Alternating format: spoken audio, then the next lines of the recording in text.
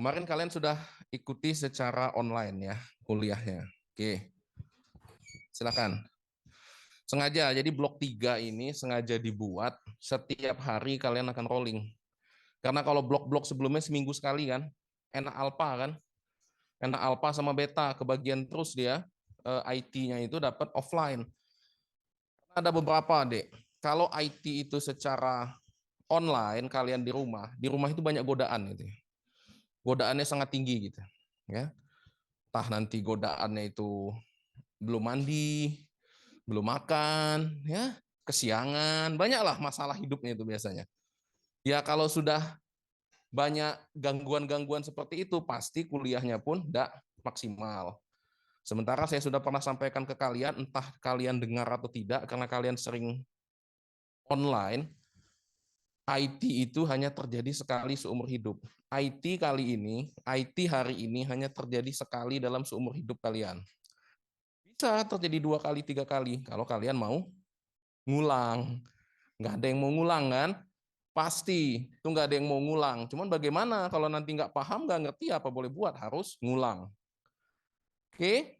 Jadi IT itu hanya terjadi sekali seumur hidup, jadi dimaksimalkan. Oleh karena itu kami minta blok 3 ini di rolling. Alpha, beta, gamma, besok alpha lagi, beta lagi, gamma lagi, dan seterusnya. Sehingga semuanya merasakan kenikmatannya.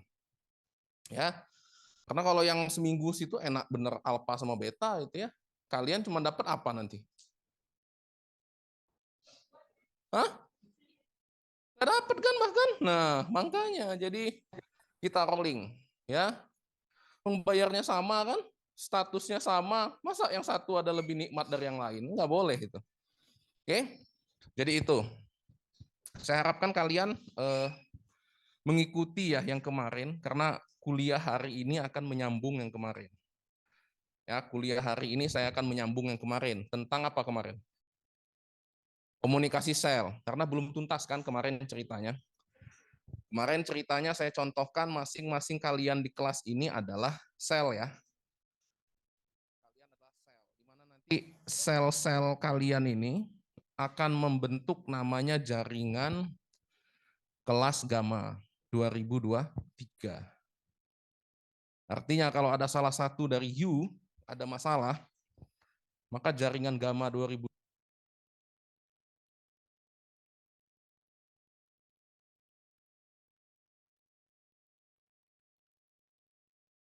tentunya sebagai sel, sebagai bagian dari jaringan gamma 2023, kalian itu wajib untuk berkomunikasi.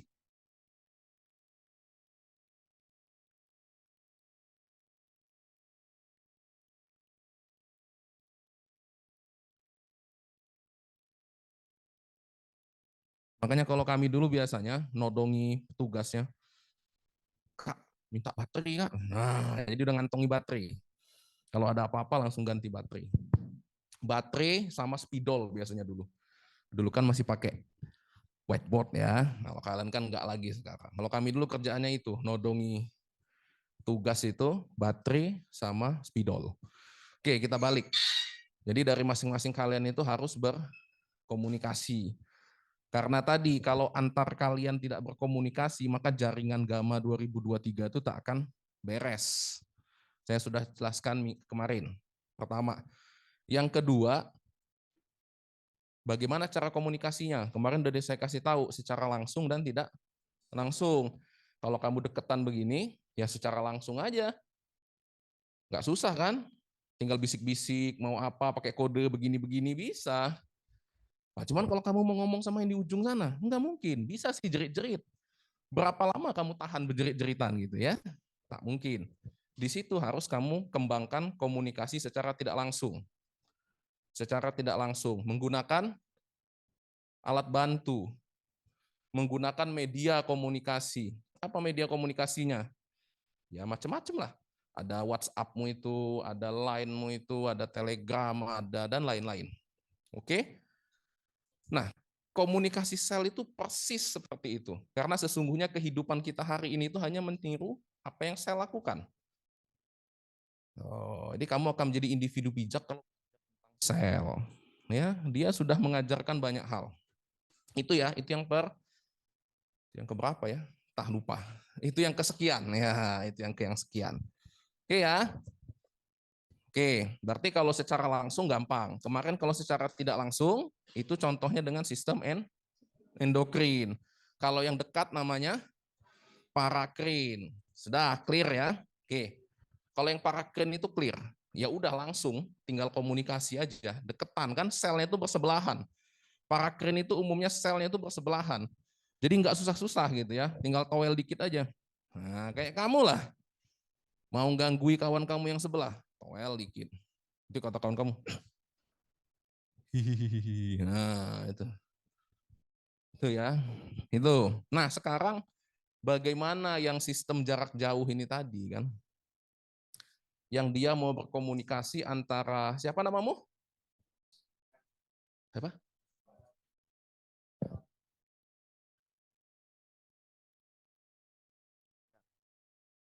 Pagi. Udah sarapan belum? Dah. Jam berapa sarapannya? Nah, banyak nggak sarapannya? Banyak. Nando. Yang di sana siapa? Perempuan, rambut panjang. Who is your name? Ya. Esther. Tuh, kuatan dia dari kamu ngomong. Tanda-tanda ini ya, ya. Esther. Jadi sekarang Nando dan Esther mau berkomunikasi. Tapi kan susah, saya lagi ngajar. Tak mungkin. Nggak mungkin dia jerit-jerit di depan ini ya, kena usir nanti dia kalau jerit-jerit. Tak mungkin, dia harus berkomunikasi karena kalau ini tidak disampaikan terkait dengan nasib jaringan Gamma 2023. Apa yang dilakukan oleh Nando? Nando mengeluarkan HP-nya secara diam-diam. Nah, oceh lah sana dok. Ya. Dia menghubungi Esther ya dengan menggunakan HP-nya. Cile. Ya, menghubungi. Oke. Berarti sekarang media komunikasi yang digunakan si Nando ke si Esther, dia membutuhkan sesuatu untuk mengantarkan pesan dia menuju ke si Esther. Oke? Pesan itu dia melalui media yang namanya Line atau WhatsApp. Dua-duanya ya. Pakai Line atau WhatsApp ke si Esther. Dia bilang, "Hai." Nah, jawab lagi, "Hai juga, mau apa lu?" Nah, gitu ya. Gitu ya, kira-kira komunikasinya nyampe. Tanpa perlu bersusah payah. Oke? Sel pun persis seperti itu. Sistem endokrin yang komunikasi jarak jauh antar sel itu persis seperti itu. Kalau kamu dulu SMA pernah dengar kan sistem endokrin? Kalau ceritanya sudah sistem endokrin, guru biologi kamu sudah ngomong. Anak-anak, hari ini kita belajar sistem endokrin. Ngomongnya apa lah guru biologimu itu? Hormon, kelenjar-kelenjar, begitu kan? Itulah yang didiskusikannya. Ya, ada benar dan ada salahnya. Ya. Ada benar dan ada salahnya. Oke, jadi sistem endokrin itu sebenarnya adalah sistem komunikasi simpelnya. Ya, jadi sistem endokrin itu mudahnya adalah sistem komunikasi jarak jauh antar sel. Di mana hormon-hormon yang kamu pelajari itu, yang kamu belajar tentang hormon insulin, benar, apalagi estrogen, progesteron, apalagi FSH, LH, apalagi tuh yang rombongannya adrenalin, noradrenalin, epinefrin, norepinefrin, kortisol, yang begitu-begitu. Sebenarnya hormon-hormon tersebut adalah media komunikasi, bro. Jadi sebenarnya hormon-hormon tersebut itu WhatsApp-nya. Hormon-hormon tersebut lainnya. Hormon-hormon tersebut adalah telegramnya. Oke? Jadi itulah media komunikasinya. Hanya saja media komunikasinya beda-beda. Sesuai dengan tujuannya. Sama, media komunikasi. Contoh ya, media komunikasi WhatsApp. WhatsApp itu ada apa? Nomor teleponnya kan? Nah, nomor teleponnya itulah seperti hormon-hormon tadi. Kalau si Nando mau menghubungi Esther tadi, dia harus menuju ke nomor teleponnya Esther kan? Maka nomor WhatsApp-nya Esther itu adalah seperti hormon A misalnya. Kalau dalam tubuh misalnya insulin. Jadi insulin itu digunakan oleh sel beta pankreas untuk berkomunikasi dengan sel lain misalnya. Jadi khusus komunikasi sel beta pankreas dia pasti jarak jauh. Nama salurannya, nama media yang dia gunakan hormon. Hormon itu adalah WhatsApp-nya atau Line-nya. Dengan nomor teleponnya adalah insulin tersebut. Jadi seperti itu. Persis seperti itu. Jadi hormon yang dulu kalian pelajari waktu SMA dulu, waktu high school dulu, adalah seperti itu adalah media komunikasi. Hanya saja dinamai beda-beda itu ya sesuai dengan tujuan komunikasinya apa. Ya kan nggak mungkin ada satu nomor bisa menghubungkan kamu semua, enggak kan? Kalian memiliki personal number masing-masing. Ini sel ada berapa ini? 80 kalian sekelas. 83. Maka akan ada 83 nomor, akan ada 83 hormon jenisnya. Karena ini sama ini pasti beda, dia memiliki channel lain. Ini juga channelnya lain gitu. Sel berkomunikasi juga seperti itu. Jadi sistem endokrin persis meniru kerja dari media komunikasi WhatsApp, Line dan lain sebagainya itu. Persis. Bukan sel sih yang niru, mereka yang niru sebenarnya gitu ya. Jadi Mark Zuckerberg dan kawan-kawan itu meniru kerja sel gitu ya. Jadi nggak hebat-hebat sekali Mark Zuckerberg gitu ya. Kenal kan nama Mark Zuckerberg? Nggak kenal dok, tahu aja namanya. Ya, yang nganuin Facebook gitu ya, Facebook, Instagram, WhatsApp itu kan punyanya Meta ya, namanya Meta, Mark Zuckerberg. Oke, itu ya, itu poin selanjutnya, poin pertama. Oke, simple kan? Saya mau kalian itu paham konsep. Nanti begitu kalian membaca materi yang detailnya itu nggak lagi bingung. Oke, inilah urgensi komunikasi sel. Persis kalian yang komunikasi. Itu. Kemudian rekan-rekan sekalian, dalam komunikasi sel, hormon tadi, ya dalam komunikasi sel jarak jauh, hormon tadi yang saya bilang sebagai media komunikasi, itu disebut namanya molekul sinyal. Jadi hormon tadi disebut sebagai molekul sinyal. Jadi nanti jangan bingung kalau ada istilah signaling. Signaling molekul signaling. Nah, itu kalau nanti di textbook kalian mendengar istilah itu nggak lagi bingung. Apalagi pula ini molekul sinyal. Molekul sinyal itu adalah hormon-hormon yang tadi digunakan untuk komunikasi tadi. Itu namanya molekul sinyal. Molekul sinyal. Itu namanya adalah molekul sinyal. Nah, molekul sinyal ini ada dua macam, bro. Molekul sinyal untuk komunikasi ini ada dua macam. Ada yang hidrofilik dan ada yang hidrofobik. Nah, loh. Ada yang hidrofilik, ada yang hidropobik. Tahu enggak apa itu hidrofilik dan hidropobik istilahnya? Sudah ya? Itu rasanya di blok 2 sudah ya. Nah, masih ingat tentunya kalau dia hidrofilik suka air. Nah, hidrofilik dia suka air, maka dia artinya apa kalau hidrofilik? Dia larut di air, kan simpelnya begitu, nama saja hidrofilik. Dia suka air. Kalau dia suka air, maka dia berenanglah di air itu ya, langsung berenang. Nanti ada molekul sinyal yang sifatnya itu hidropobik. Namanya saja pobik. Pobik itu dari fobia. Hidro air, berarti dia fobia terhadap air. Kalau dia fobia terhadap air, jangan coba-coba kamu langsung suruh dia nyemplung ke air, tenggelam. Pun dengan molekul sinyal, dia nggak bisa dengan air. Maka yang molekul sinyal hidropobik, dia nanti sifatnya akan lipofilik. Saya ulangi sekali lagi, molekul sinyal yang hidropobik, karena dia fobik, karena dia fobia terhadap air, Maka nanti untuk berjalannya molekul sinyal ini, dia butuh media selain air. Maka nanti dia sifatnya akan lipofilik. Ya, lipofilik. Jadi dia suka dengan lemak, alias dia bisa larut pada lemak. Karena air dan lemak sampai hari ini belum menandatangani perjanjian perdamaian. Masih bermusuh, air sama minyak sampai hari ini. Belum damai. Apa sudah ada informasi kamu dia sudah berdamai hari ini? Belum kan? Masih bermusuh kan? Iya.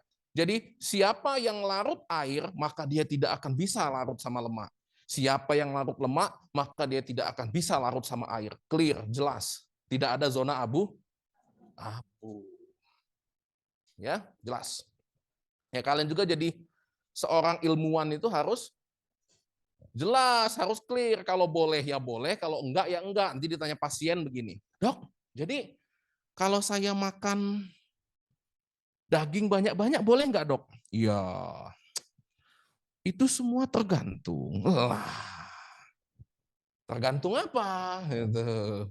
Jadi harus clear semuanya. Jangan menjawab seperti jawaban politisi itu ya.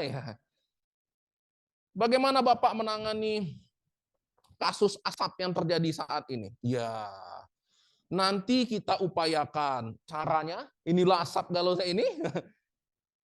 Caranya, pertama, berdoa kepada Allah Subhanahu wa Ta'ala. Biar hujan turun. Ya, enggak usah dibilang kalau yang begitu ya. Ya, gitu. Pesan sponsor ya. ISPU kita ini sudah sangat tinggi ya. Tahu nggak kamu ISPU? Hmm?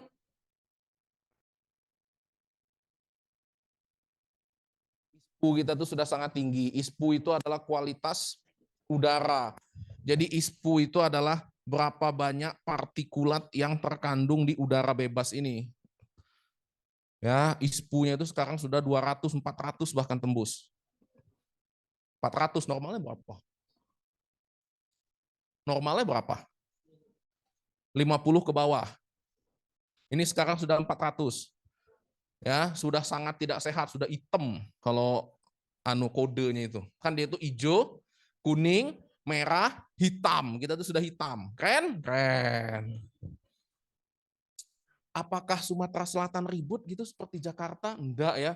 Biasa saja. Ada nggak kita masuk berita dan lain-lain? Enggak. Jakarta baru kabut polusi dikit sudah ribut. Kita sudah level hitam, tenang-tenang saja ya.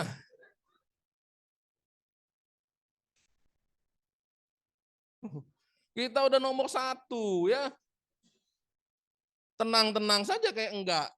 Kalian gak ada yang pakai masker tuh. Justru ini lebih berbahaya daripada C19. Makanya saya masih pakai begini. Karena di ruangan ini pasti banyak PM25-nya, PM2,5-nya. Kalian tahu nggak?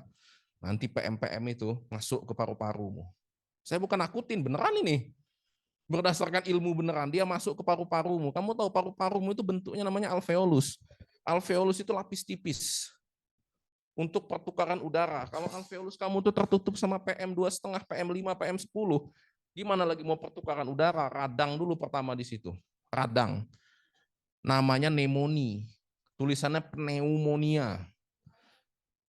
Bacanya pneumonia, bukan pneumonia. Radang dulu tuh di situ. Kalau radang, nah, maka pertama-tama reaksi radang yang muncul. Demam. Kemudian ada batuk. Batuk itu bukan apa-apa, itu adalah refleks tubuh untuk mengeluarkan benda asing yang ada di dalam. Jadi batuk itu, kalau kamu nanti jadi dokter, diobati apa enggak? Kalau batuknya kamu stop, itu adalah respon tubuh untuk mengeluarkan sesuatu yang tidak beres dari saluran nafas. Jelas-jelas kamu periksa saluran nafasnya bermasalah. Ada batuk, Dok.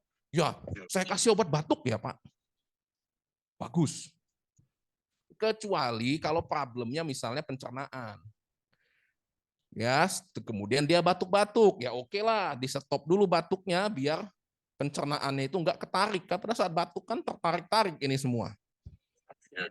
Boleh. Di situ lagi pemahaman akan ilmu dasar. Tuh. Kalau kamu enggak tahu, batuk itu adalah respon fisiologis, respon normal dari tubuh, ya sudah, kamu stop semua. Selesai. Sama dengan mencret. Mencret tahu ya? BAB yang sangat sering itu.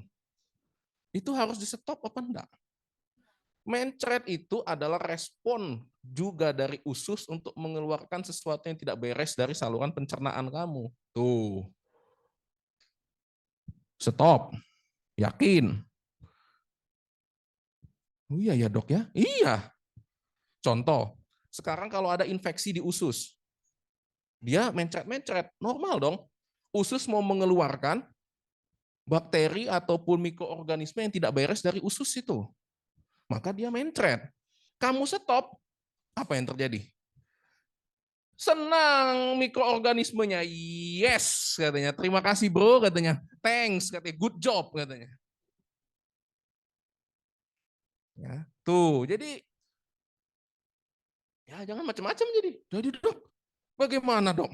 Nah, itulah kamu harus belajar secara serius. Bisa jadi dua hal yang berbeda itu konsekuensinya. Coba kalau kamu dulu nanti belajar bloknya main-main, datang pasien mencret, langsung kamu stop.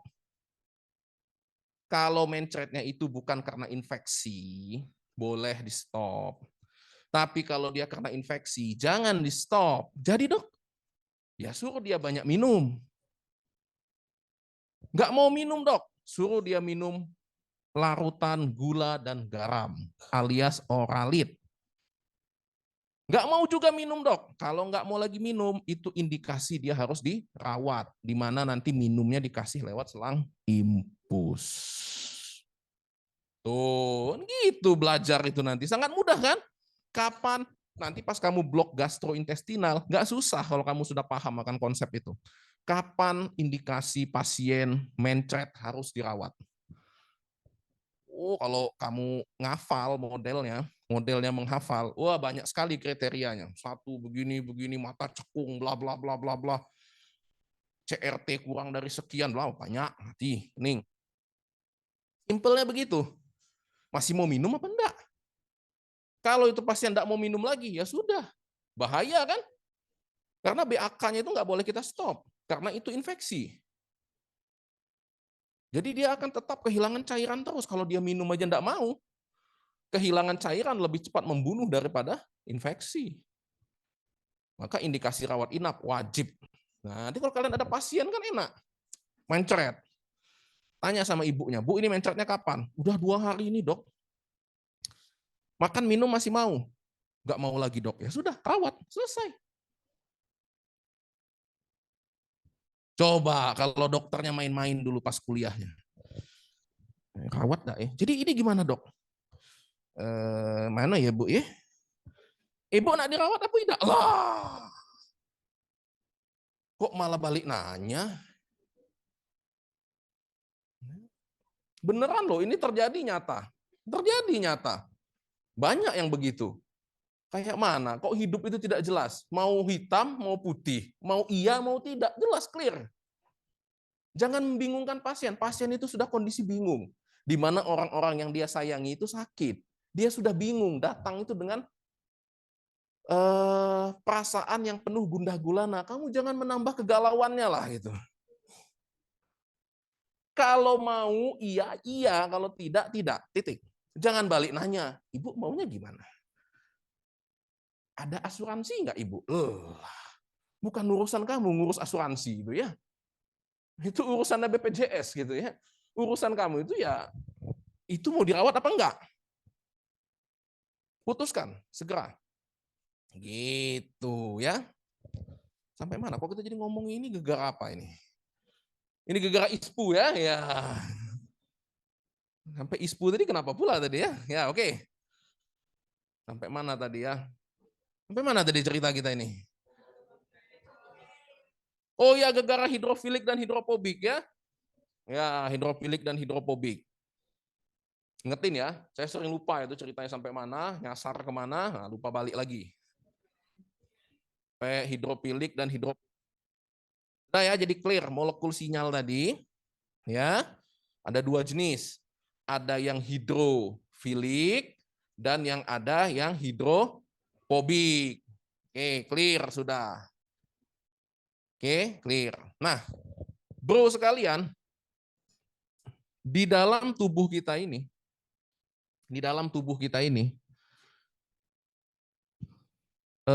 jalur transportasi utamanya itu adalah melalui darah. Darah adalah saluran media ataupun sarana transportasi utama yang ada di dalam tubuh. Darah. Saya ulangi sekali lagi, darah adalah media komunikasi, sarana transportasi tubuh. Jadi darah itu boleh kamu ibaratkan seperti jalan-jalan raya di kota Palembang ini ya. Ada Jalan Jenderal Sudirman, ada Jalan Demang, ada Basuki Rahmat, sama.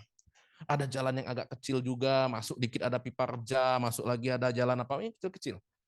Sama dengan pembuluh darah. Ada pembuluh darah besar namanya aorta. Pernah dong dengar aorta? Ya nanti lebih detail di blok anatomi namanya nanti ya. Ada aorta, ada arteri. Arteri itu nanti ada banyak lagi. Arteri pulmonalis, arteri koronaria.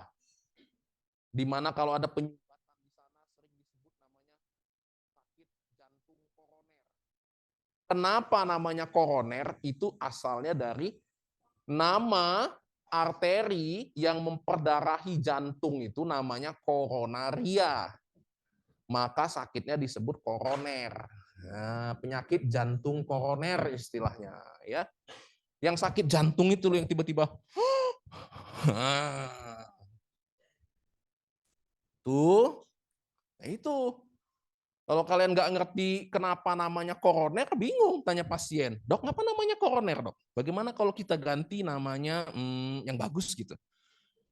Itu ada sejarahnya, ya bukan seenak-enak dikasih nama, ya. Tuh ya. Jadi seperti jalan-jalan raya, nah itu. Jadi pembuluh darah kita itu seperti jalan-jalan raya, di mana isinya pembuluh darah adalah darah lah. Namanya saja pembuluh darah. Ya isinya adalah darah. Nah, kita harus kenal apa itu darah. Darah itu yang merah-merah itu, dok. Yo, tahu yang merah-merah itu. Darah itu terdiri dari dua komponen. Simple kan? Darah itu cuma dua komponennya. Satu, sel darah. Dua adalah plasma. Cuma dua kok darah itu isinya. Sel darah dan plasma.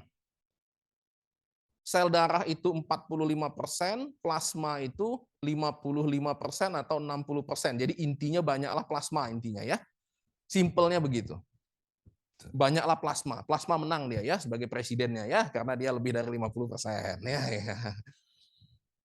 Oh, benar kan? Iya, jadi politik itu belajar sama sel loh. Susah-susah repot amat ya. Ya udah siapa yang paling gede itu yang menang gitu ya. Ya kalau calonnya cuma dua, dok. Kalau calonnya tiga, dok.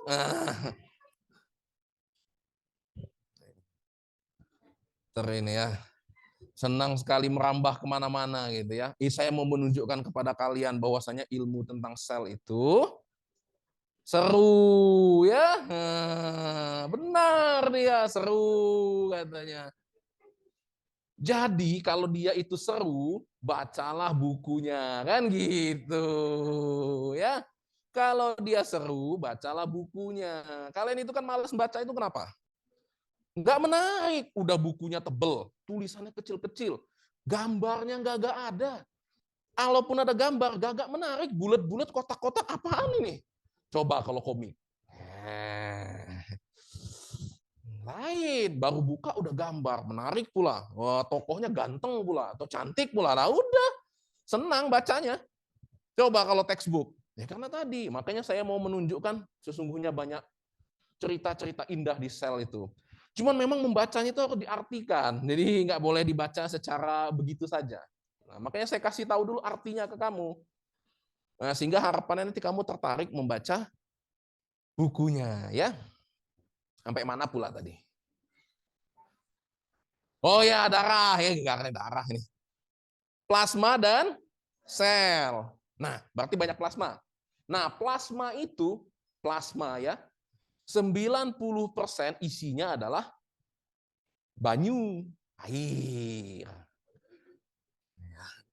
Nggak tahu banyu, air saya kasih tahu ya. Aman yang Palembang lah tahu dia banyu katanya ya. Jadi 90% isinya plasma itu adalah air, banyu. Jadi kalau molekul sinyal mau berjalan dengan mudah di jalan Soekarno-Hatta, di jalan Jenderal Sudirman atau di pembuluh darah, maka molekul sinyal ini harus larut di dalam air. Jadi dia harus hidrofilik. Ya. Jadi molekul sinyal yang hidrofilik akan dengan mudah dia melalui pembuluh darah untuk tiba menuju kepada sel target. Kan dalam ilmu komunikasi itu ada komunikan, ada komunikator, dan ada media komunikasinya, serta ada penerimanya. Ya kan? Nah, jadi sama. Bagaimana molekul sinyal ini bisa tiba kepada sel receiver atau penerima? Ialah dengan melalui pembuluh darah. Syaratnya untuk lewat pembuluh darah, dia harus larut di air, hidrofilik. Nah, dok, bagaimana nasib yang hidrofobik, dok? Nah, ada yang bertanya demikian. Bagaimana nasib yang hidrofobik, dok? Kan tadi molekul sinyal ada yang hidrofobik, kan? Tidak semua molekul sinyal itu hidrofilik, kan? Bagaimana nasib yang hidrofobik? Nah, ya kan? Gimana dong? Bagaimana? Ada yang punya ide? Lewat jalan lain, dok? Gak ada, harus lewat situ. Kan tadi saya bilang, jalan raya utama di dalam tubuh ini adalah darah. Mau lewat mana lagi? Pakai apa? Pakai transportasi. Karena dia nggak bisa, kan dia tadi hidrofobik. Kamu suruh masuk ke air, dia tenggelam. Maka kasihlah dia perahu. Ya, kasihlah dia perahu, biar perahunya nanti dia dayung dan dia nanti bisa jalan di atas air tersebut. Beda kalau yang hidrofilik, nggak usah kasih apa-apa, suruh aja nyemplung dia berenang. Karena dia berani sama banyu. Kalau yang takut sama banyu, jangan coba-coba tenggelam kalau suruh dia masuk. Kasih perahu. Jadi harus ada sesuatu yang membawa dia melalui pembuluh darah. Nah, sesuatu yang membawa dia itu istilahnya disebut namanya protein carrier. Protein karier. Protein pembawa. Apa protein pembawa utama di dalam tubuh? Albumin. Oh, pernah dengar, dok? Ya, albumin. Albumin itu adalah protein pembawa yang sangat penting di dalam tubuh. Kalau tubuh kekurangan albumin, bisa dipastikan something wrong dengan tubuh. Ada kelainan ginjal, nanti kalian belajar ya, ada kelainan ginjal. Di mana albumin itu seharusnya tidak dibuang dari dalam tubuh, tidak dibuang dari pembuluh darah. Tiba-tiba karena ginjal bermasalah, ginjal itu kan sebagai organ saringan, sebagai penyaring, di mana nanti hasil akhir dari saringan ginjal itu akan menjadi urin. Nah, harusnya molekul-molekul penting tidak lolos dari saringan ginjal ini, dia diambil lagi masuk ke pembuluh darah digunakan. Tapi kalau ginjalnya rusak, bermasalah, maka protein-protein sel darah merahkah atau bahkan albumin terbuang masuk ke dalam urin. Kelainannya nanti disebut ada albumin di dalam urin. Jadi albuminuria. Gampang kan? Semua itu bisa diceritakan. Jadi nanti ada kelainan namanya albuminuria. Harusnya ada nggak di urin? Enggak. Karena nggak ada itu maka jadi kelainan namanya albuminuria. Apa dampaknya? Akhirnya di dalam pembuluh darah albuminnya kurang. Karena kurang, apa yang terjadi? Siapa yang mau membawa molekul sinyal hidrofobik? Chaos nggak? Chaos. Contoh, kalau WhatsApp mengalami down. Wow, kacau, bingung ya. Brr.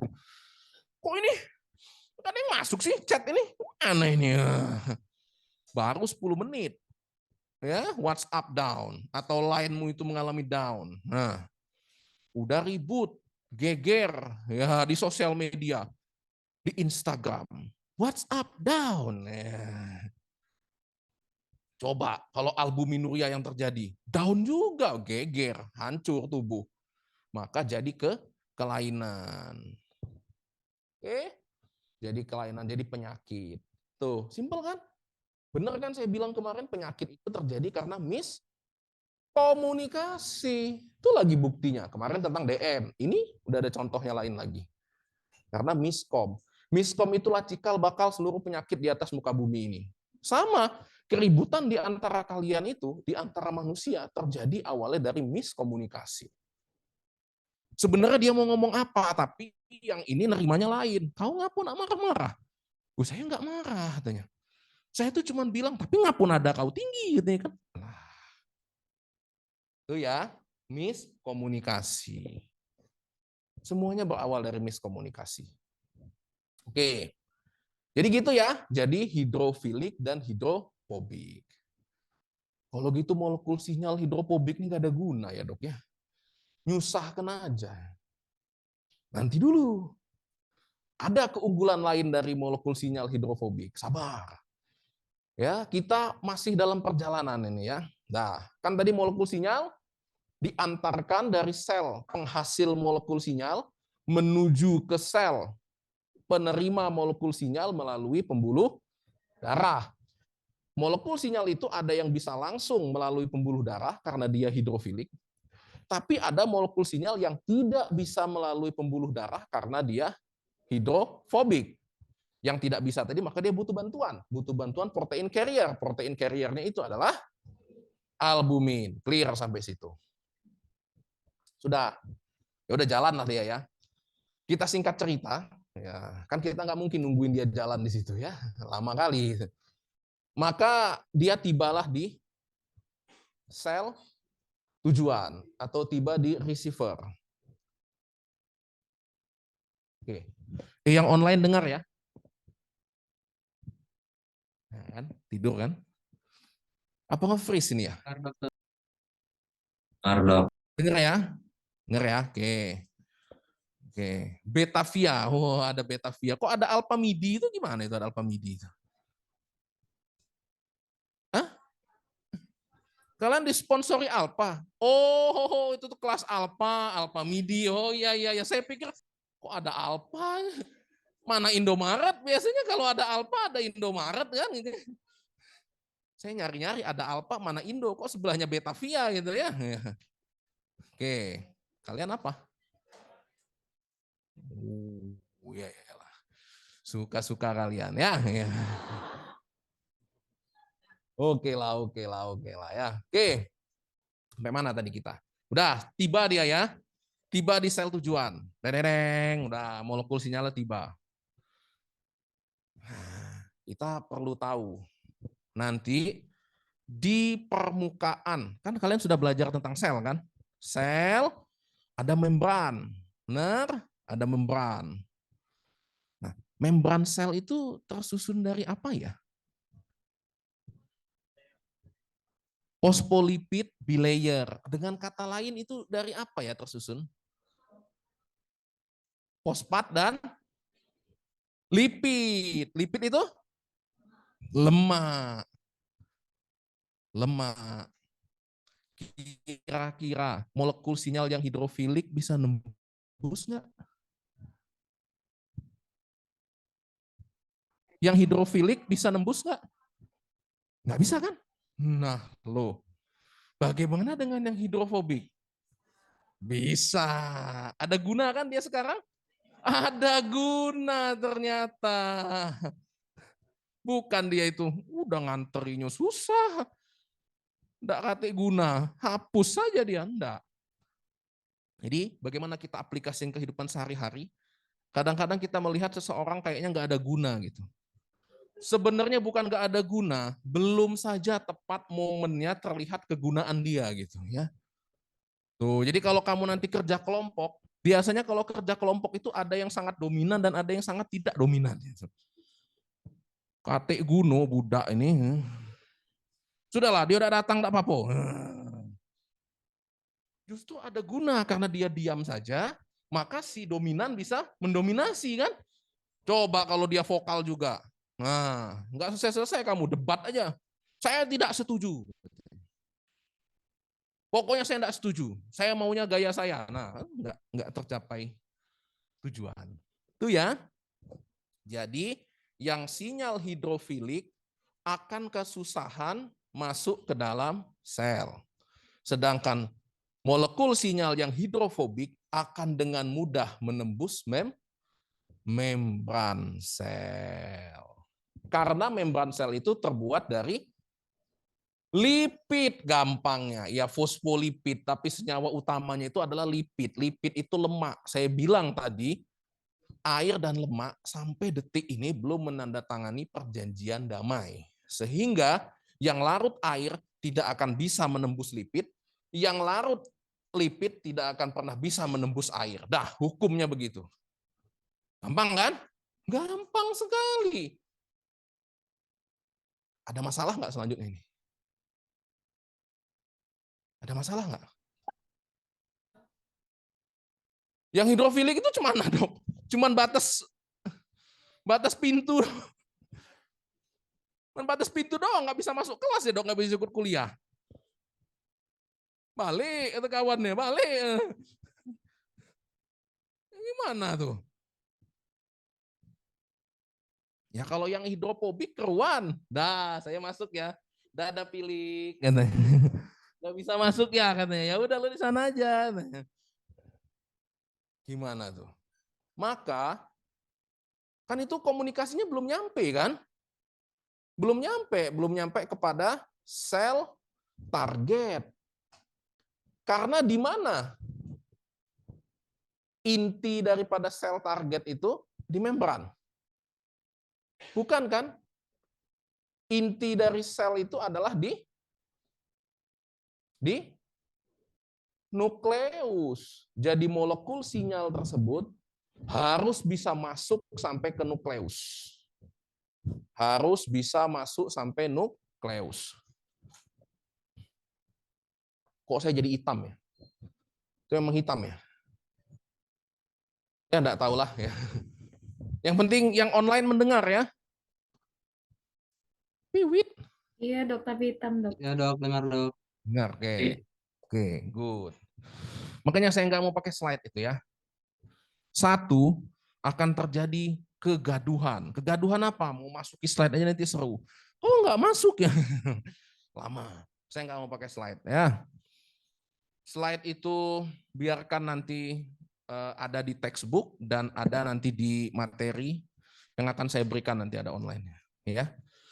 Dah, jadi kita ngobrol aja kan. Kuliah itu. Ya, ngapain? Kalian saya sajikan slide banyak tebel 200 slide. Gimana perasaanmu? Ngantuk. Ya sama sih, saya pernah duduk jadi kalian masalahnya. Saya tahu kalau dosen buka PowerPoint itu, PPT itu apa yang dilihat pertama kali? Bukan judul, bukan apa. Slide-nya ada berapa banyak itu ya. Sama ya dok, sama. Itu kalau sudah lihat slide 200, mentak menyut lihatnya, mati. Siang pula kuliahnya, wah semakin panas keadaan ya. Ya sama, saya juga pernah jadi kalian, jadi saya tahulah penderitaan kalian. Makanya saya nggak mau pakai slide, ya. Kalaupun saya buat slide paling nggak sampai dari 10. Biar apa? Biar semangat kan. Wih, nggak sampai 10, ya 10 menit selesai, yes. Jadi sudah ada semangat dulu, biarpun nanti udah 2 jam dokter ini tidak selesai juga. Slide-nya tidak bergeser dari slide yang pertama gitu lah. Gawat, berarti kalau satu slide 2 jam, itu 10 slide 20 jam. Nah, tidak jadi kehappian kita gitu ya. Oke, kita lanjut. Jadi, sampai mana tadi? Oh ya, masalah tadi ya, hidrofilik. Hidrofilik tadi dia stop di pintu, di membran, nggak bisa masuk. Sementara molekul sinyal itu harus sampai ke nukleus. Kalau yang hidrofobik, terabas, langsung masuk, nyampe. Lah, kalau yang hidrofilik, stop di membran. Oleh karena itu dia membutuhkan bantuan, bro. Ya, dia membutuhkan bantuan molekul sinyal lain, namanya adalah second messenger atau second messenger, second 2ND, second ya, messenger pesan. Jadi penyampai pesan kedua. Second messenger istilahnya. Penyampai pesan kedua. Nanti kalau kalian baca buku, baca textbook, kalian menemukan istilah second messenger, tidak lagi bingung. Kalian langsung paham. Oh, second messenger ini untuk molekul sinyal yang hidrofilik karena dia tidak bisa nembus membran, maka dia butuh namanya second messenger. Second messenger itu banyak nanti macam-macam dan bentuknya. Ada namanya nanti CAMP. C-nya itu siklik, AMP itu adenosin monoposfat. Oh, saudaranya ATP ya dok? Iya, saudaranya ATP. Tapi bukan ATP. Dia adalah CAMP, adenosin monoposfat. Kalau ATP kan adenosin trifosfat. Fosfatnya ada 3. Kalau AMP adenosin monoposfat. Fosfatnya 1.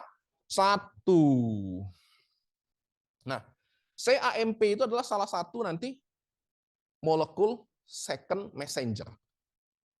Oke, jadi khusus molekul sinyal hidrofilik, dia akan stop di membran. Selanjutnya, penyampaian pesan akan dilanjutkan oleh second messenger. Jadi dari membran sel menuju ke nukleus, sinyalnya itu akan dihantarkan oleh yang namanya second messenger. Penghantar pesan kedua. Jadi dia itu seperti lari estafet. Kalau hidrofilik itu seperti lari estafet ya. Sampai memang larinya cepat kan? Cepat dia sendirian. Nggak ganti-ganti. Beda sama yang hidrofobik. Larinya lambat karena nunggu perahu datang dulu. Kawan lah nyemplung, lah sampai ujung, mana perahu aku ini datang-datang. Mana balapan sama yang itu. Tapi dia nanti terhambat di pintu. Nggak bisa masuk. Hidrofobik, dadah bro. Dadah. Masuk dia. Dia nggak bisa. Yang meneruskan tongkat estafetnya tadi adalah CAMP, siklik AMP atau adenosin monoposfat. Jadi kalian nggak bingung. Oke. Itu konsepnya. Ya, itu konsepnya. Jadi konsep dalam komunikasi sel itu seperti itu. Ya, sangat mudah dan sangat enak sekali. Oke, itu yang kesekian. Selanjutnya, bro sekalian, selanjutnya, setelah dia, sebentar, saya mau sedikit review ya. Ini sebenarnya harusnya, jam berapa sekarang? Tunggu, jam berapa sekarang? 8.46, masih 9.10 kan? Oke. Saya sebenarnya harusnya kita kuliah hari ini tentang imun ya, tentang sistem imun. Tapi saya lihat tidak nyambung. Kita mau ngomongi imun, maka saya akan ubah. Ya, pertama kita ngomongi tentang komunikasi. Habis itu saya mau nyinggung tentang sel, dan kita akan ngomongi dulu tentang central dogma of biology. Itu kan harusnya IT kesekian itu, central dogma of biology itu. Karena sesungguhnya cerita ini harus bermula dari central dogma of biology dulu. Benar enggak? Betul. Ini, saya mau singgung sedikit ya, rekan-rekan sekalian. Kemarin begitu, saya ngasih kuliah teman-teman kalian di UBB, Bangka Belitung itu, saya ubah materi kuliahnya. Bingung-bingung, mahasiswanya bingung, tim kortanya bingung. Dok, ini kuliah apa ya dok? Kuliah saya namanya. Pokoknya jangan banyak tanya, ikuti aja dulu. Nanti setelah selesai kuliah, saya tanya sama mahasiswanya. Oh baik dok, kata kortanya. Udah selesai kuliah. Maaf dok, ada nilai kuisnya dok. Ya, wajib kuis kan. Kalian ini wajib kuis kan sebenarnya kan.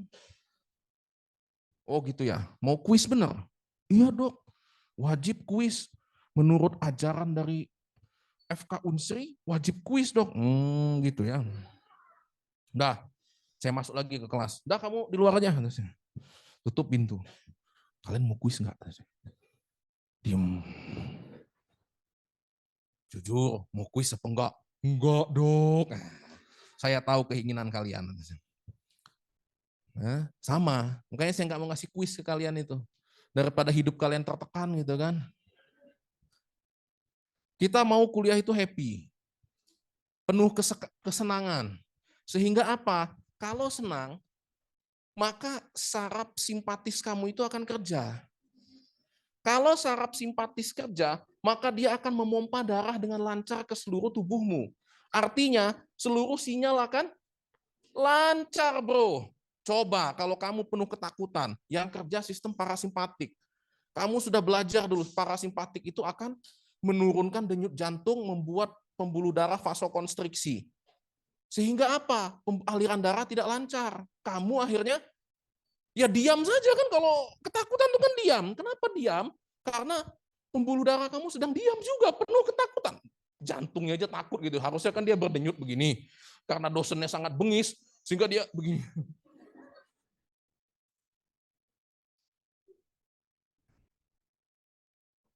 Gimana mau masuk? Apalagi udah belum mulai kuliah udah bilang, nanti kita kuis ya. Kalau kuis kalian kurang dari 60, ngulang kalian. Wah. Jadi dengarkan kuliah saya baik-baik ya. Nah, gua akan begini. Udah, mana lagi mau masuk? Jantungnya juga ketakutan kan? Itu parasimpatik. Nah, itu cara saya belajar tuh begitu. Semuanya dibuat joke. Enak kan? Jantungnya, jadi kalau parasimpatik tuh jantungnya penuh ketakutan. Sehingga jantungnya berdenyutnya pun dengan takut-takut gitu. Malu-malu. Iya, aliran darah nggak akan lancar. Jadi semua bisa dijelaskan secara ilmiah, secara fisiologis. Gitu. Jadi kan kalian kalau ditanya pasien, dok, kenapa kalau kita takut itu kita seperti blank, dok? Kan kalau kalian gugup atau kalian misalnya lagi demam panggung gitu, misalnya kan disuruh presentasi, gugup tiba-tiba sampai depan blank. Kenapa bisa blank?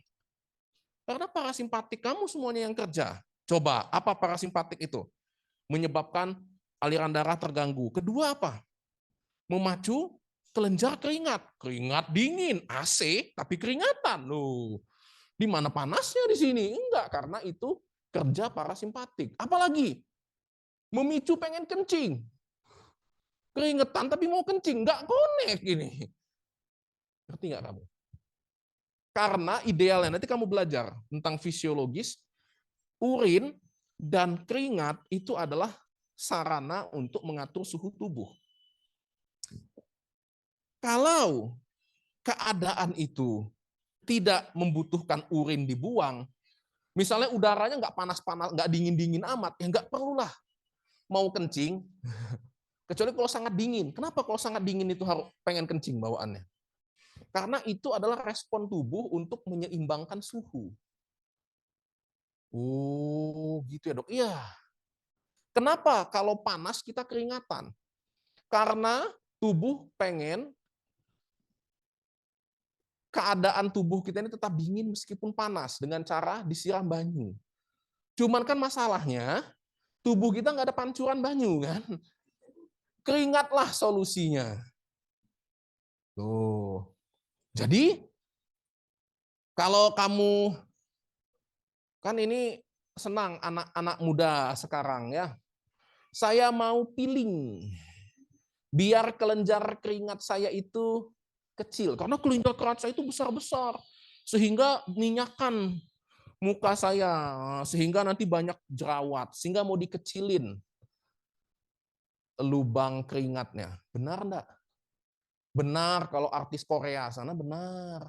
Korea nggak ada matahari. Jadi kutub kan Korea itu. Benar.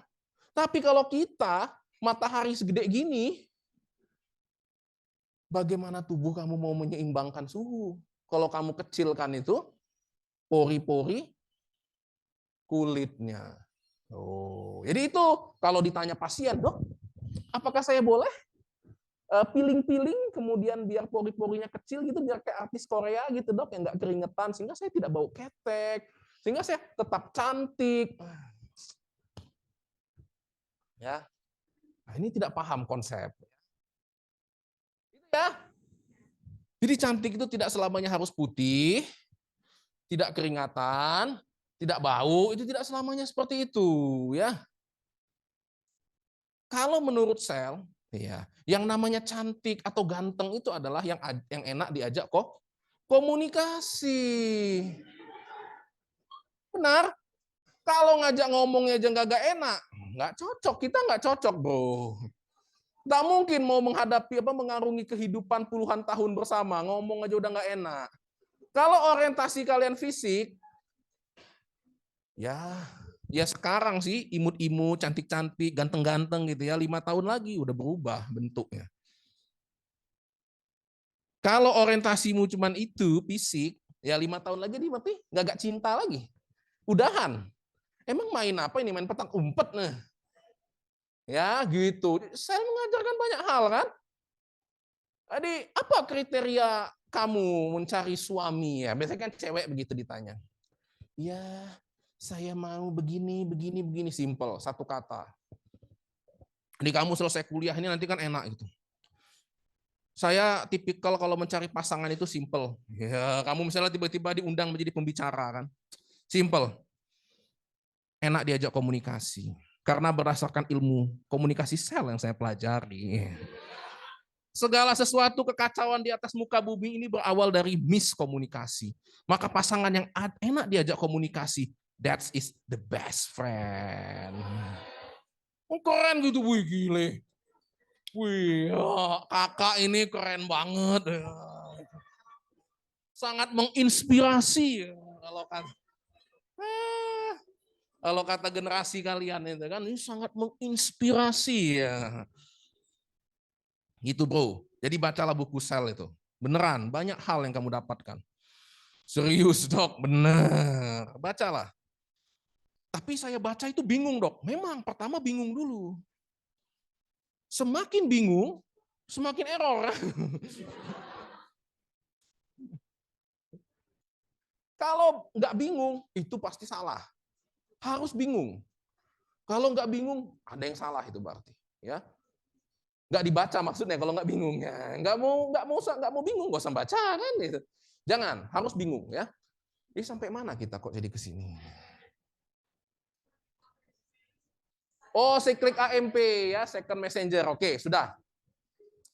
Oke, komunikasi saya tutup sementara. Saya mau melompat sedikit kepada kalian, saya mau menyinggung-nyinggung tentang sel ya. Kuliah sel sudah kan? Oke. Saya mau tanya, apa guna nukleus? Membawa materi genetik. Apa materi genetiknya? DNA. DNA kromosom? Ya, DNA kromosom. Gen? Udah kuliah tentang kromosom, DNA, gen? Udah. Belum. Oh, abis ini. Belum itu ya. Oke. Jam berapa sekarang? Sorry. Wah, waktu semakin menipis. Oke lah, sedikit ya. Nanti kalau nggak selesai kita sambung lagi the next pertemuan. Oke. Jadi kalian harus pastikan ikut ya. Biarpun kalian nanti hari Jumat online, pastikan ikut karena sambungannya semakin menarik, bro. Ya. Saya kemarin di Bangka, kalian tahu nggak, kuliah dari jam 8 pagi sampai jam 5, saya sendiri, dan itulah. Saya sudah bisa bayangkan, kalau saya keluarkan slide itu beneran, bisa 1000 slide itu. 5 IT. Bisa 1000 slide. Saya rasa mahasiswanya pingsan langsung pada saat itu. Ini kacau. Nggak bisa begini. Kita harus improvisasi. Sampai detik terakhir, jam 16.59 matanya masih melek semua. Padahal istirahatnya sedikit. Mereka istirahat cuman sholat dan makan. 20 menit cuman istirahat. Bayangin, gila kan? Ya karena tadi dosennya kan minjem. Ya kalau dosen minjem yang kan mungkin bisa lama-lama di sana kan. Jadi begitu. Bayangin coba kalau kalian jadi gitu. Apa enggak stres? Stres. Enggak stres. Enggak stres, Dok. Iya. Makanya saya buat ceritanya menarik. Wow, sehingga matanya melek semua. Iya ya, Dok ya.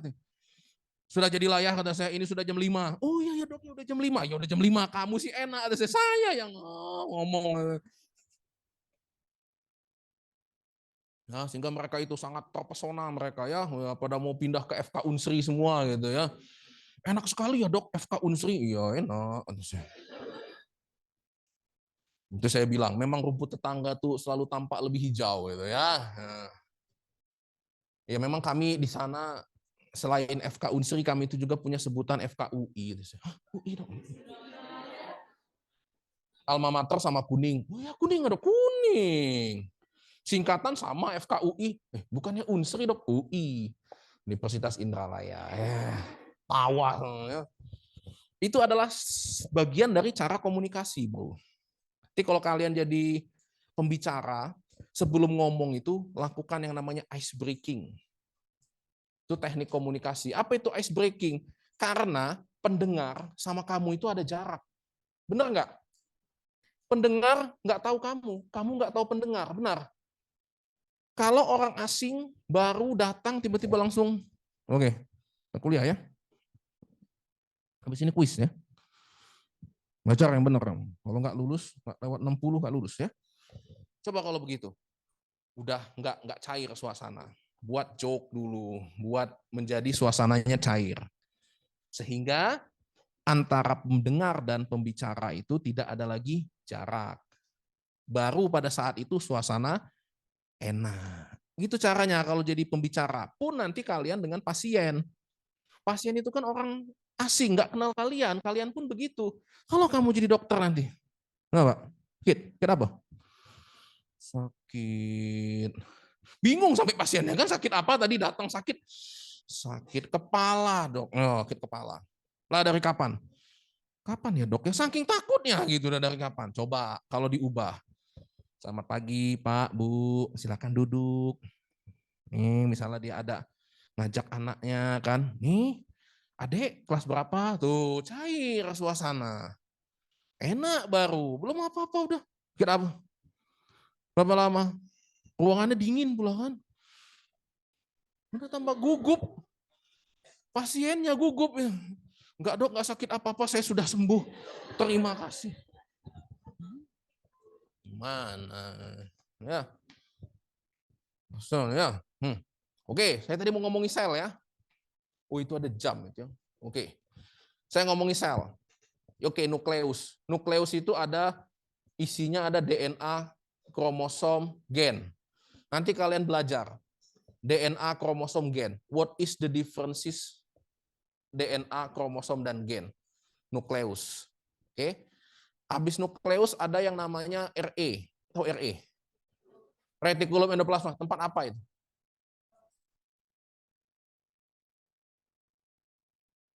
Tempat apa? Bingung kan? Bingung. Pasti jelasinnya bingung. Karena penjelasan dari SMA, SMP itu membingungkan memang. Ya, sampai kuliah pun masih bingung. Golgi? Yang clear itu cuma mitokondria kan? Yang clear itu mitokondria. Udah sih, Dok, kemarin dijelasin, cuman lupa. Ya itulah kalau belajarnya berdasarkan PowerPoint atau berdasarkan buku. Tidak dibuat menjadi cerita. Kemarin Ini saya ubah ceritanya menjadi cerita pempek gitu. Wah. Kamu nggak percaya kalau ada teman kamu di Bangka sana yang kuliah di sana, coba tanya. Dokter itu cerita apa kemarin? Cerita pempek, kata dia. Ingat langsung. Jadi RE tempat apa? Wah, gampang dok, katanya. Tempat bungkus pempek, katanya. Ya, good. Kata saya. Ya, jadi ada ceritanya itu, ada cerita mudahnya, biar kita mempermudah seluruh penderitaan ini gitu ya. Jam 9.02. Bu Septi belum terlihat, oke lah. Bu Septi kan di sini? Oke. Kalian udah kenal belum sih? Udah. Sama saya udah kenal kan? Nanti kita udah ngomong-ngomong panjang. Siapa ini? Antu dah kan?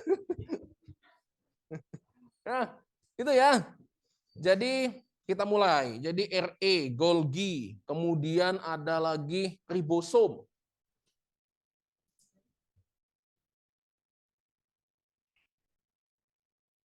Ya, ada ribosom. Banyak ya. Oke. Kita mulai begini. Saya akan mengubah semua ceritanya biar kamu nggak pusing. Pertama, nukleus. Ya, nukleus. Yang kamu kenal sebagai tempat menyimpan materi genetik. Kalau saya tanya, apa itu materi genetik? Itu, Dok. Apa? Itu, Dok, materi genetik itu yang ini, Dok, materi genetik yang diturunkan dari eh, orang tua kepada anak. Benar kan? Benar? Berarti kalau misalnya ada seseorang nih ya, jadi penjahat, itu berarti keturunannya. Benar enggak? Atau kalau males, berarti keturunan. Diturunkan dari orang tuanya. Benar? Kejam sekali Tuhan ya. Kok tidak adil sekali gitu. Nanti penjahat di akhirat nanti protes dia. Kamu masuk neraka. Instruksi Tuhan katanya. Instruksi. Gilo. Kan saya dilahirkan jadi penjahat Tuhan. Berarti kan saya sudah ditakdirkan menjadi penjahat. Yang salah siapa? Tuhan kan? Nah, kalau begitu ceritanya, berarti kalau kita jelek, orang tua dong, dari orang tua, turunan kita, maka mukanya jadi jelek. Kalau cantik dan ganteng, turunan. Kalau malas, turunan juga. Rajin, turunan juga. Apakah benar? Enggak kan? Enggak ada kok, mohon maaf ya. Anak petani gitu ya, tapi anaknya sukses. Sampai S2, S3 gitu loh. Jadi orang kaya gitu. Berarti kemiskinan tidak diturunkan kan? Jadi maksud saya, kan katanya itu materi genetik itu adalah sesuatu yang diturunkan dari atas ke bawah gitu loh. Itu isinya kromosom dan gen itu kan. Ya kan? Jadi kalau orang tuamu dulu sifatnya malas, maka kamu akan malas. Kalau orang tua kamu dulu suka main, kamu juga suka main gitu. Apakah begitu? Totally not. Kan. Bukan begitu konsepnya. Ya, itu adalah konsep yang memang agak keliru yang diturunkan dari waktu kalian SMP, SMA dulu. Sebenarnya bukan apa-apa, itu hanya untuk mempermudah penyampaian. Nah, hari ini kita akan clearkan semuanya. Oke? DNA, kromosom, dan gen. Coba kalau saya tanya, kromosom sama DNA? DNA sama gen? Gen sama kromosom sama? Atau itu adalah tiga hal yang berbeda? Bingung kan? Ya dok, belum IT-nya. Sama, saya pastikan kalau sudah IT-nya pun masih bingung. Saya lah. Udah IT-nya pun bingung. Kemarin UBB senior-senior kalian dulu itu sama. Kalau dulu materi ini saya sampaikan setelah kuliah gen dulu biasanya. Nah ini saya balik semuanya. Oke, jadi gini, kita ubah ya konsepnya. Bahwasanya nukleus itu sekarang kita ibaratkan seperti perpustakaan. Nukleus kita ibaratkan seperti perpustakaan. Nukleus itu adalah perpustakaan. Di perpustakaan ada dong. Ya. Oke. Kalau kamu masuk perpustakaan, sudah pernah masuk perpustakaan FK? Sudah. Kamu masuk perpustakaan, maka kamu akan melihat rak. Bener nggak? Rak-rak gitu. Biasanya rak itu nanti dikode, entah A atau dikode tema buku gitu. Jadi misalnya rak 1 ini buku anatomi. Rak 2 buku biologi. Rak 3 fisiologi. Rak 4 Shopee gitu ya. Ya nggak apa-apa, ya sama aja kok ya. Shopee gitu ya dan seterusnya misalnya ya, TikTok misalnya gitu ya. Serahlah pokoknya isinya itu. Ada semua isi. Jadi perpustakaan kemudian ada rak buku. Benar? Di mana rak buku itu sudah disusun berdasarkan kategorisasi kan? Kesamaan ilmu atau kesamaan tema misalnya gitu kan. Oke? Nah, di dalam rak buku ada apa? Ya pasti ada buku, Dok. Yes. Ya, di dalam rak buku itu pasti ada buku. Oke? Jadi nanti misalnya di rak 1 temanya misalnya tentang fisiologi, maka nanti ada buku-buku fisiologi lah isinya gitu. Nah, saya mau tanya lagi. Apakah setiap bagian dari buku itu pasti berisi informasi yang penting? Enggak. Contoh? Kata pengantar, iya. Apa guna kata pengantar? Kata pengantar itu robek dari buku itu tidak akan mengurangi isi buku itu gitu loh. Benar? Apalagi? Daftar isi, ya. Daftar isi robek tidak akan mengurangi buku itu. Oh, bukan. Pikir dosen. Ya. Tidak akan mengurangi esensi daripada buku itu dan seterusnya. Jadi, tidak semua bagian buku itu berisi informasi yang penting. Ada bagian-bagian yang tidak pentingnya juga. Oke? Nah, dari cerita tersebut, rak buku itu adalah kromosom. Rak buku itu adalah kromosom. Susunan buku-buku itu adalah DNA. Bagian buku yang berisi informasi yang penting itulah gen. Ya, saya ulangi sekali lagi. Rak buku tadi itu adalah kromosom. Buku-buku di dalamnya itu adalah DNA. Setiap buku, bagian buku yang berisi informasi yang penting, itulah gen. Jadi, gen pastilah DNA. DNA belum tentu gen. Kromosom adalah susunan DNA. Benar. Oke? Itu konsepnya. Simpel kan? Nah, jadi kalau ditanya apa beda kromosom, DNA, dan gen? Saya bisa, Dok, dengan mudah. Kita buat permisalan. Ya. Jadi kromosom tersusun atas untai-untai DNA. Gen pasti DNA. DNA belum tentu gen. Karena gen tadi adalah bagian buku yang berisi informasi penting. Tidak semua buku informasi penting. Ya, sampai sini. Jam 9.11. Dah, kita pause sampai sini dulu ya. To be continue ya. Ya. To be continue. Karena ini ceritanya masih akan panjang ini ya. Masih akan lebih seru, Bro. Tenang aja. Nah, nanti buku yang berisi informasi penting tadi, apa sih? Itu berisi resep-resep rahasia. Wih, Tuan Crab, Dok. Ya, membuat Krabby Patty itu ya. Nah, nanti bagian buku Yang saya bilang tadi berisi informasi yang penting, itu isinya adalah resep-resep rahasia untuk membuat segala sesuatu protein di dalam tubuh. Oke. Jadi mau buat insulin, itu ada resep rahasia buat insulin. Mau buat asetilkolin, ada resep rahasia membuat asetilkolin. Mau buat apa lagi? Mau membuat segala sesuatu itu ada resep rahasianya di dalam buku-buku di perpustakaan sel tadi. Ya.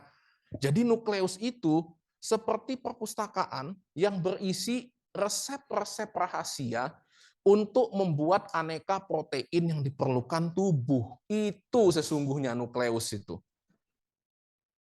Jadi bukan dia itu berisi materi genetik yang diturunkan, bukan.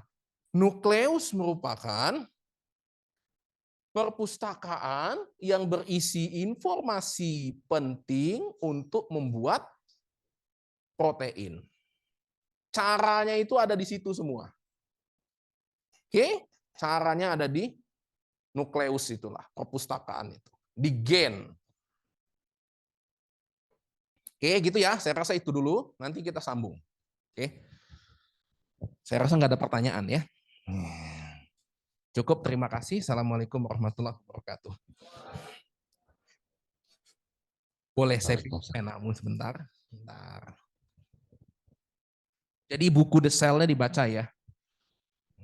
Buku The Cell-nya dibaca. Kalau malas baca buku The Cell, sebenarnya saya sudah buat buku yang versi bahasa Indonesia. Bisa dibaca kok gratis. Buka, coba. Saya nggak tahu, ini internet sini bukan? Nyambung internet sini nggak? Atau pakai kuota kamu sendiri? Ada yang pakai kuota sendiri nggak? Coba, saya nggak tahu, kalau internet sini kok nggak bisa ya? Saya nggak tahu apa memang. Coba ketik